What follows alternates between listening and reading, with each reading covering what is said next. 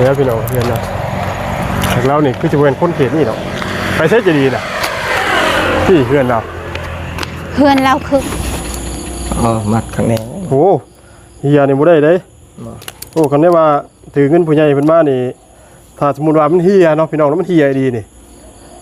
แล้วที่นี่เขาบอกว่าเงินเฮียนี่พี่น้องFCก็คิดว่าบ่น่าสิเชื่อว่าเงินเฮียต้องคิดว่าเอาห่อไปกินแต่แม่นเลยส่วนใหญ่เลยแต่จริงมันก็เฮียดีแหละเนาะแต่ว่าเขาก็ต้องได้รับผิดชอบผู้เก่ากันนะโอ้รักษานี่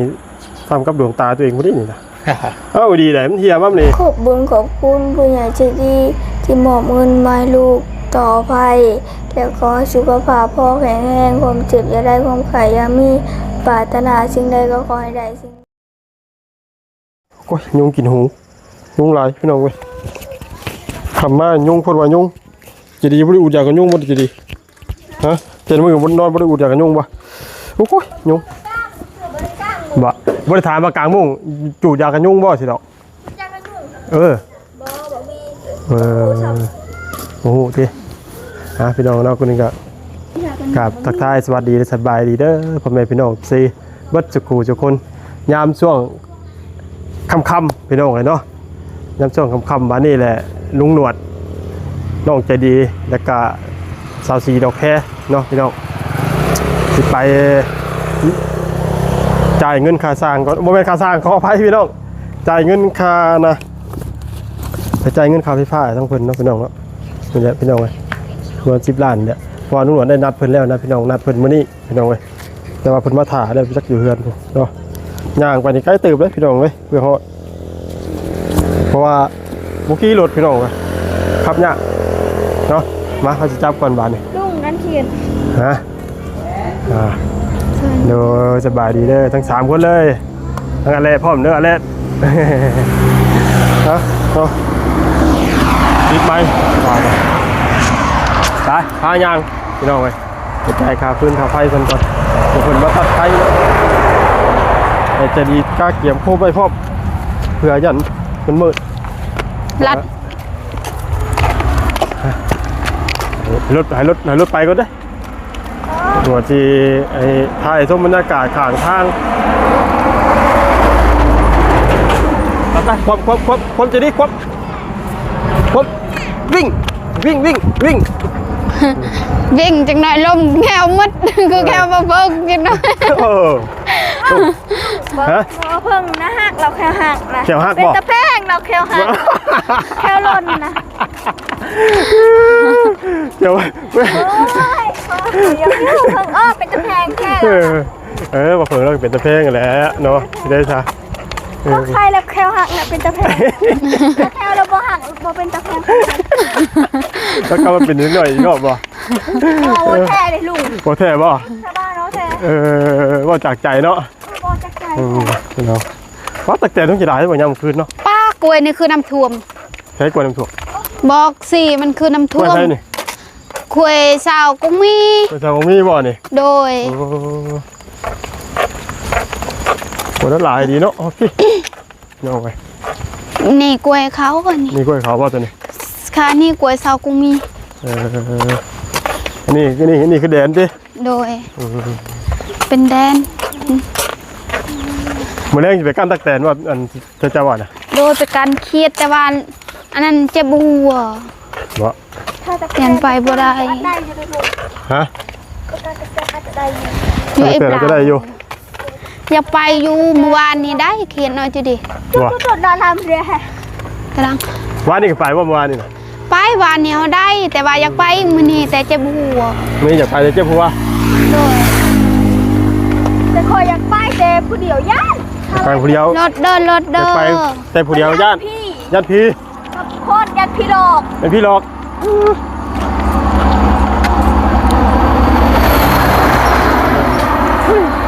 คนตัวน้อยๆ1 พีบ่เห็นดอกจะดีเว้ยคนตัวน้อยๆ1 พีบ่เห็นดอกน้อยๆแหละพีมันคนผู้ใหญ่นะพีบ่ได้หลอกดอกเห็นบ่พี่บอกพี่ใหญ่นะพี่บอกผู้ใหญ่หลอกคนน้อยผู้ใหญ่มันแหละมันหลอกผู้ใหญ่แบบว่าสายยังบ่เห็นไปคุณมาลงก็จากนี้ไปพี่หน่อย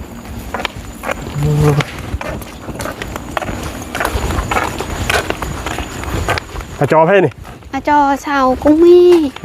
เพิ่นมานำเนาะ โดย นี่อาจอไปน้ำอุ่นใจเด้อ มาซ้ำนี่คือกันเขารักตอนนั้น ว่าคือว่าเข้าไปเลข โดย ของหุ่ม แบบ แล้ว ว่ามันมักย่างคำทางแบบว่า โอ้รถเหยียบจ้ะ มาเขาได้ลุง ฮะ โบ เขาอยากขายมาค่ะเพราะว่าชื่อ2-3 แสนตัวน้อยๆนะแสนชาเท่าไรเขาขึ้นราคาคอยเขาจะซื้อไปให้เสร็จ ว่า และมืออื่นเช้านะปัญหาเลยมาคอย ว่า แบบว่าเวลาเขาทำราคานี่เขาไม่ได้ขาย เขา เนาะ มาถามชื่อเดี๋ยวบ่ขาย โดย ชื่อถามว่ามาหาย เลยเขาให้บอกเขาให้ มาเสี่ยวแม่นมาให้ 2-3 เถื่อเลยเขาบอกให้ โอ้ มือเช้าทำมันหายเลย ใจตนเนาะ มาเขาไม่อยากขาย เออ เขาห้ามมา เออ ตอนนั้นเขาเห็นกับตาเลยแบบว่า มันย่างคำทางเห็นกลางคืนเห็น ว่า เราเขาเอาไม้ยาวเขาขี่รถแล้วเขาเอาไม้แล้วเขาตีมัน ตีเอา โดย โอ้ มัน ย ตายเลยแล้วแบบว่าเขาเห็นกับสกีแล้วเขาไม่ได้ นี่ เอา พี่น้องเว้ยมาหอดเทือนนั่นว่าเจ้าของหมอแบ่งไฟได้เรื่องพี่น้องเลยอยากว่าเพื่อหอดไกด์เตอร์เนี่ยพี่น้องเรียนนะแต่เราเนี่ยคือจะเป็นคนเขตนี่เนาะไปเซ็ตจะดีนะที่เพื่อนเรา เพื่อนเราคือคนในนางเลยเนาะ ดูดิตรงนั้นเป็น เอาลุง หมอแปลงเนาะพี่น้อง ลุง หมอแปลงไฟ เราไปอยากเข้ากล้องเลย อ๋อคุยกับเพื่อนแล้ว เราเข้าบ่ คุยแล้วไปพี่น้องเลยต้องเข่าพี่เลย ไอแดงอยู่บ่ มาเลยป่ะ ฮะ เขาจ่ายเงินนะให้เจ้าหับแทนป่ะ บอกกันเลยดิ โดยเว้าแล้ว ไม่ได้มอบให้เลยก็ได้เป็นยัง โดย เป็นบอกให้ทำแทน เดี๋ยวสีโอเคจับกล่องเขากันนะ โดย เนาะไปพี่เจดิทำไมก่อน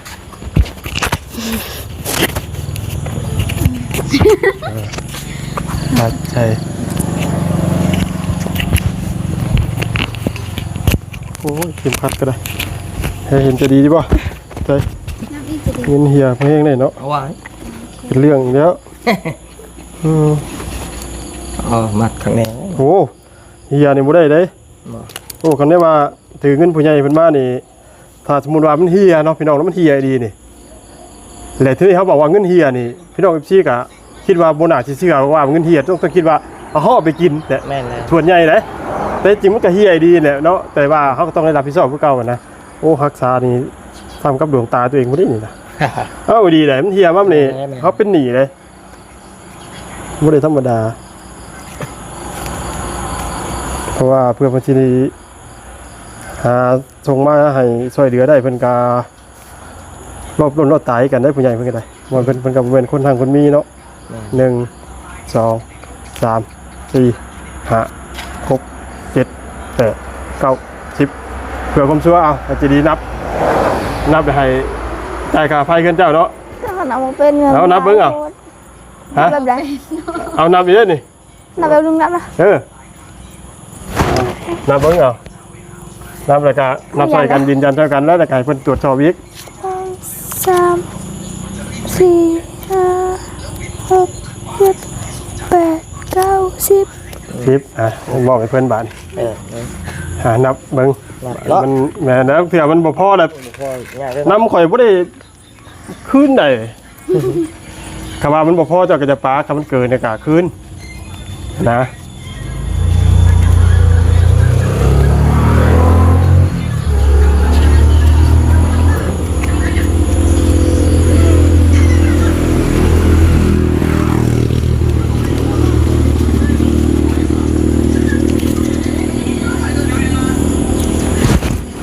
ยุงยำแมลงพี่น้องเอ้ยยุงหลาย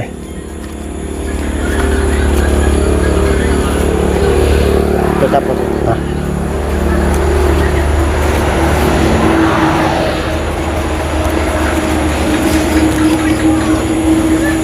ที่สิขบอยู่ดิ จะถึงว่าแล้วข่อยก็กดจากห้า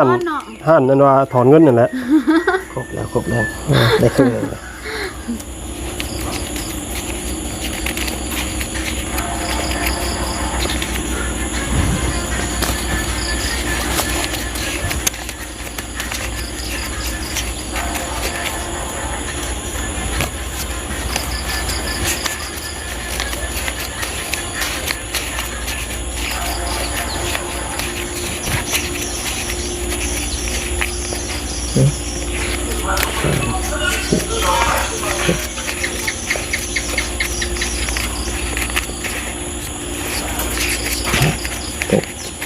18 ตัวนี้ ตัวนี้คือบ่ครบ มันนี้บ่ครบบ่ แม่น เป็นเรื่องแล้วจับก่อนจะดี นับขึ้น ครบแล้ว นับมันสิ 14 ไม่เหลือเลย ครับ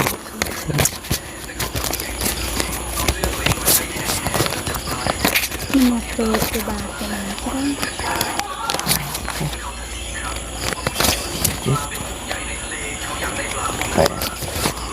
10ที่ครบ ครบเนาะ เป็นแม่นเนาะ เอาจับก่อนเอาครบกันแม่น ให้ลุงนำอันจะดี แต่ว่านั่นก็ทางการคอยมาบอกครบเขา1 2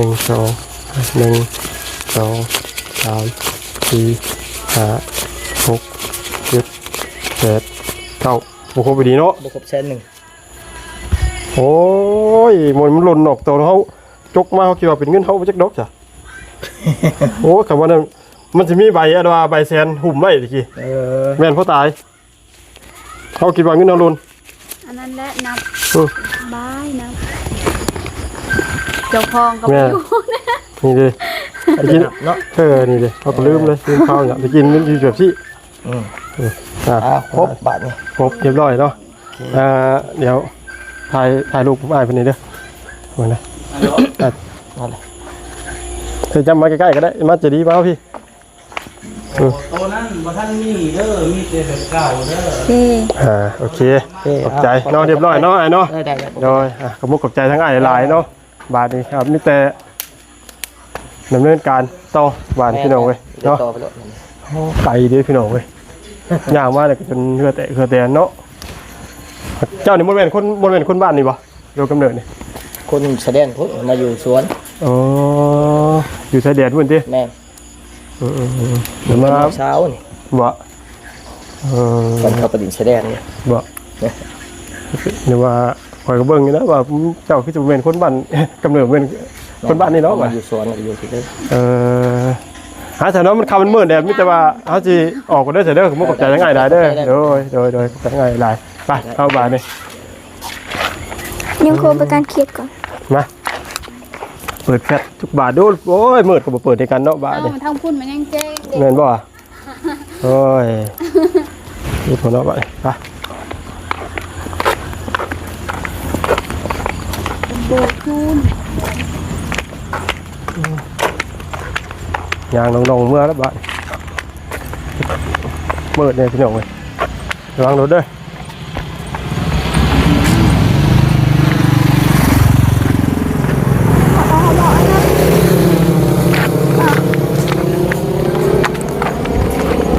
ไปขวมพี่ขวมไหม นี่เป็นแบบ เอาขวมพี่เนาะบอกรถมา ซาโดแคบอกแบบนี้ ลงทางแล้ว เออ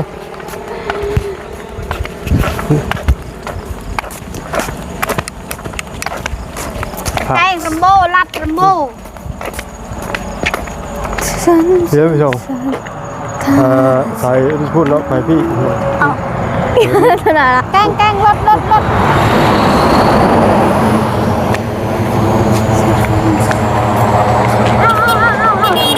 เฮิบ เอา อย่างครับอีก ย่างทางในย่านเวลาไปการเกียรติคืน เวลาการเขียนย่างแบบที่เนาะ โดยย่างแบบนี้แหละแห้งเบิ่งในโทรศัพท์แบบเวลารถนั้นเสียหลักเนาะย่านไป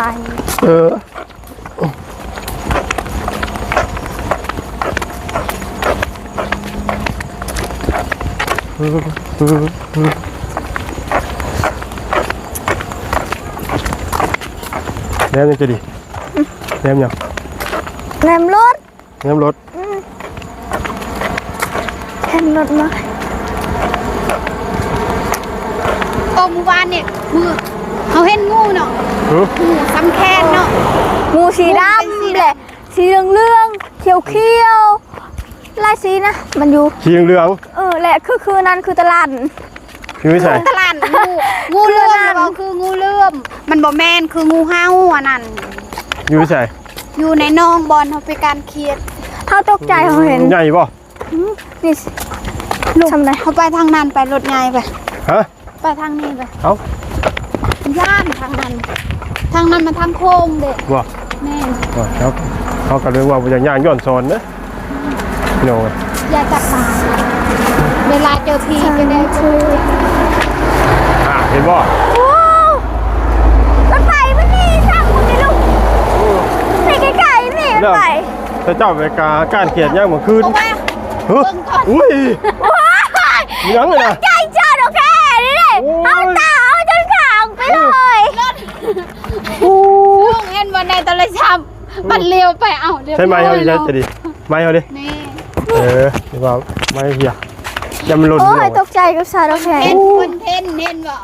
มันเท่นนี่กา คนจะเหนาตาข้างเลย ไป โอ้มาคำมืดมาเห็นหลอกกันนะนี่โอ้แต่ว่าดอกแค่เลยตกใจเดียว ต้อง เขา แก้มาลง เออ โอ้เขาตาเขาจนข้างอยู่บนอึ่งเขาแน่วิชาแก๊สเม่นนี่ยัง โอ้โห ยังไม่เมื่อยแต่ยองในอยนึง เฮ้ย โอ้ยหยอกเป็นที่ย่านแบบนั้นน่ะ เสียนไม่ได้เจดีบามน้ำเจดีบามน้ำเอง ยังไงอ่ะ ยังไม่ได้อาบแม่นดีๆไม่ได้ย่ำจุ่มเจ้าไปก้านเขียดย่ำมันขึ้นไปตามทางแบบที่พี่น้องไอ้อันตรายดีนะ นั่นแหละมันเวลาเยอะยา มันไปแบบที่ไหนไปเลยครับแบบไล่กบไล่เขียดตามถนนนะพี่น้อง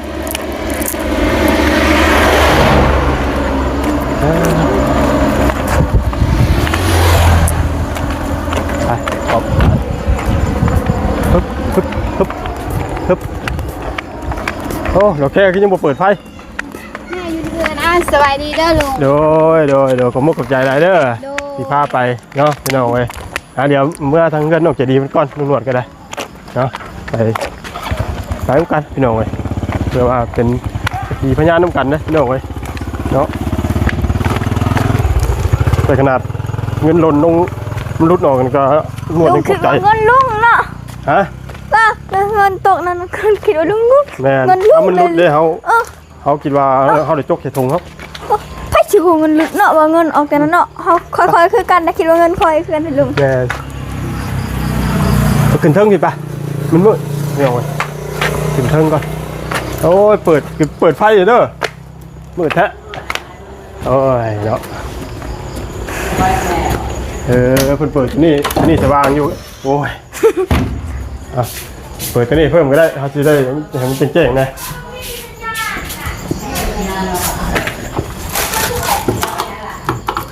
เยี่ยมจะได้เจ๋งๆนะเฮ้ยแม่เจ้าบ่ได้อยู่เฮือนปะ จะรับอาบน้ำติ คนบ่อยู่เฮือนประตูคือบ่ล็อกเนาะมีแต่พี่ตุ๊กคอยบ่หรอก คือบ่ล็อกใจดี เขาคือว่าแม่เขาอยู่นี่ โอ้พยายามล็อกเห็นไหมยามถือมันเป็นคุ้นเคยเนี่ยโอ้ยพยายามล็อกเด้อบาดนี้เด้อแต่มันว่าแต่มามันกระทำไม่ได้ล็อกเงินล็อกซ่านด้วยเก่าเด้อบอกเนาะซื้อกระเตะให้มันบ่ล็อกผู้กับจี้เขาเอามือล็อกเพื่อนเขาเนาะ อ้าวนี่ดีไหนเอาไว้ไม่ใช่เอาจากมือล็อกเลยเนาะผมบ่ล็อก แล้ว เบิ่งกับจอบ้างออกก่อนไปลงไปบักเป็นยังไงซื้อคนนี้บักเป๊ปซี่บ่เซเว่นบ่ซื้อมันนะเขาก็จำไม่ได้ซื้อมาดอกแค่หรอ โอ้ แมนเนี่ยจืออยู่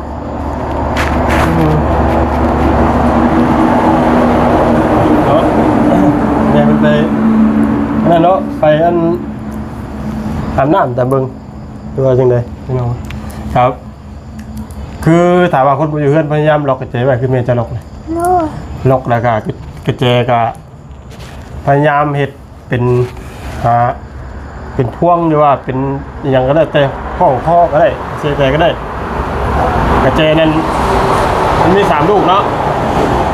มี3ลูกแต่แยกออกไว้2ลูกแยกออกไว้ในเฮือนเท่านี่ไว้แบบว่าจุดใดจุดหนึ่งอีกลูกหนึ่งเขาถือเอาถือพกตัวตลอด โดย เพื่อว่าเวลามันเฮียมันสิบ่ได้เฮียเบิดอย่างนี้เขากันเชื่อเลยมาเอาโยกกันดองอยู่เฮือนน่ะนะเด้อเจ้าเสียงไว้วงใดวงหนึงก็ได้จุดที่ว่าเจ้าคิดว่าปลอดภัยอยู่แล้วแล้วก็อีกลูกหนึ่งเจ้าก็ผูกติดตัวเจ้า โดย ถามนี่เขาว่าบ่ซั่นได้บ่แยกแล้วเวลาเฮียเบิดได้มันก็สิได้อันว่าตัดกระเตเฮือนนี่ว่าบ่ซั่นก็แม่นสิได้ครับทางตำรวจเบิ่งนี่ง่ายอยู่พี่น้องเนาะตัดกระเตวแล้วกลับมาบ่ได้ เอาดีได้เนาะกี่ข้าวมันยังนะตรงเลยตอนเลย เดี๋ยวนี้นะตู้หน่อไม้ เห็นไหม โดย นี่ก็น้ำเนาะตาเพิ่นขึ้นมาเงินก็จะลงไว้กินอยู่ตารางตุกหนึ่งก็ได้เพื่อว่ายามเชื่อมีคนมาอย่างกินรุมตารางก็กดกินได้แต่เจ้าเนาะเขาในน้ำก็ได้แต่เจ้าเนาะ โดย เพื่อเจ้าก็อยู่ตารางเจ้าก็กดกินได้หรือว่าเจ้าจะช่วงนี้มันมีน้ำฝนกินกับกินน้ำที่เจ้าหายไปก่อนก็ได้แล้วแต่ก็สั่นเราเองเนาะเพราะว่าทางผู้ใหญ่เพิ่นก็ได้มอบหมายทั้งหนวดเนาะได้ให้ซื้อให้หนวดก็ซื้อเป็นอันที่เรียบร้อยกันแล้วแต่ทางน้องเพิ่นสิเฮ็ดสิจัดสรรแบ่งให้กินแบบใดเดี๋ยวไว้ส่วนนี้ก็ได้เนาะลุงเราก็ได้ไปจ่ายค่าฟืนค่าไฟกับเจ้าของไฟเพิ่นเป็นอันที่เรียบร้อยพี่น้องเนาะก็ถือว่าเรื่องซื้อไฟเนาะเสียงรถขบวนเลยได้พี่น้องเว้ยขอโทษขอให้นะแล้วก็ยังยังคนนี้ได้พี่น้องคนนี้พี่น้องเสียงรถขบวน ยุ่ง นอกจากสำหรับเงิน10 ล้านเนาะหน่วยก็ได้จ่ายค่าพื้นค่าไฟเป็นอันที่เรียบร้อยพี่น้องเด้อยังแต่ว่าส่วนที่เหลือขาดอีก15 ล้านได้อีก15 ล้านก็แม่นน้องเจดีเดินสายไฟมาใช้ไฟเป็นของตัวเองแบบสบายเลยแบบนี้เนาะแต่ว่าตอนนี้ก็ยังใส่น้ำดอกแค่อยู่ถือว่าซื้อไฟ10 ล้านแต่ว่ายังบ่ได้ขาดร้อยพี่น้องยังอาศัยยืมคนอื่นเป็นจมูกหายใจอยู่พี่น้องเนาะพี่น้องก็ถือว่าก็ติดตามเบิ่งกันพี่น้องเนาะเพื่ออาจจะมี FC เนาะหรือว่าผู้ใหญ่ใจดีท่านใดที่เพิ่นว่าเพิ่นติดตามน้องอยู่เนาะเบิ่งแล้วสงสารเมตตาทั้งน้องเพิ่นว่าอยากทำบุญใจบุญใจศรัทธาอยากช่วยเหลือส่วนพื้นเรื่องไฟอยากให้มันจบมันสิ้นอยากให้ให้น้องเพิ่นมีไฟเป็นของตัวเองเนาะเพื่อว่าบ่อยากให้มันอนาคตภาคหน้าเนาะก็บ่ฮู้ว่ามันสิเกิดหยังขึ้นคนเฮาทุกคนทุกบ้านทุกบ่อนทุกแจมันมีเกิดกันได้ทุกอย่างเนาะพี่น้องเนาะถ้าสมมุติว่าเกิดมื้อนึงมื้อ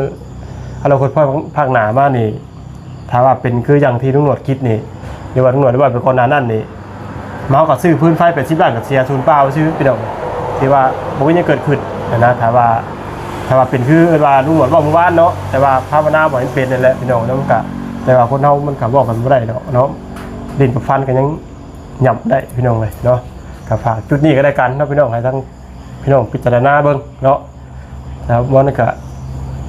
ถ้าบอกอย่างหนึ่งถ้าว่าสายบุญออกจากนี่ไปกับน้องเพิ่นนี่ถ้ามีปัญหาอย่างมากนี่ถือว่าแล้วคนภาคหน้านี่ลำบากได้พี่น้องลำบากแบบใดก็เพราะว่ามันเป็นอยู่ว่าซื้อไฟ10 ล้านแต่ยังบ่เป็นของตัวเองยังต่อจากคนอื่นนะพี่น้องเนาะแต่ว่ามันเกิดปัญหามาน้องมันก็มีตลอดแขนกันตู้ในเบื้องในซื้อนะพี่น้องไว้เนาะกับมิตรแต่ว่าให้ทั้งน้องใจดีเนาะบ้านนี้ขอบคุณทางผู้ใหญ่ใจดีเพิ่นเด้อเพิ่นได้ซื้อพื้นซื้อไฟมาให้เจ้าใช้ปลูกอยู่ตอนนี้แหละเนาะเพิ่นจะนั่งเบิ่งเจ้ายิ้มเปิดอยู่ในขณะนี้เด้อบัดนี้เด้อ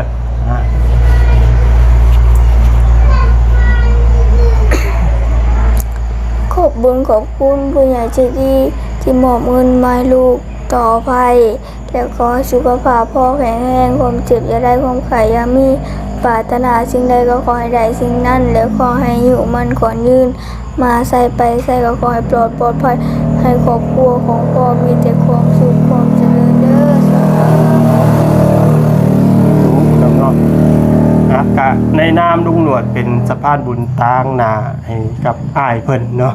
เป็นสะพานบุญทั้งอ้ายเพิ่นอยู่ไกลมาบ่ได้ลุงหนวดก็เป็นสะพานบุญต่างหน้าก็ต้อง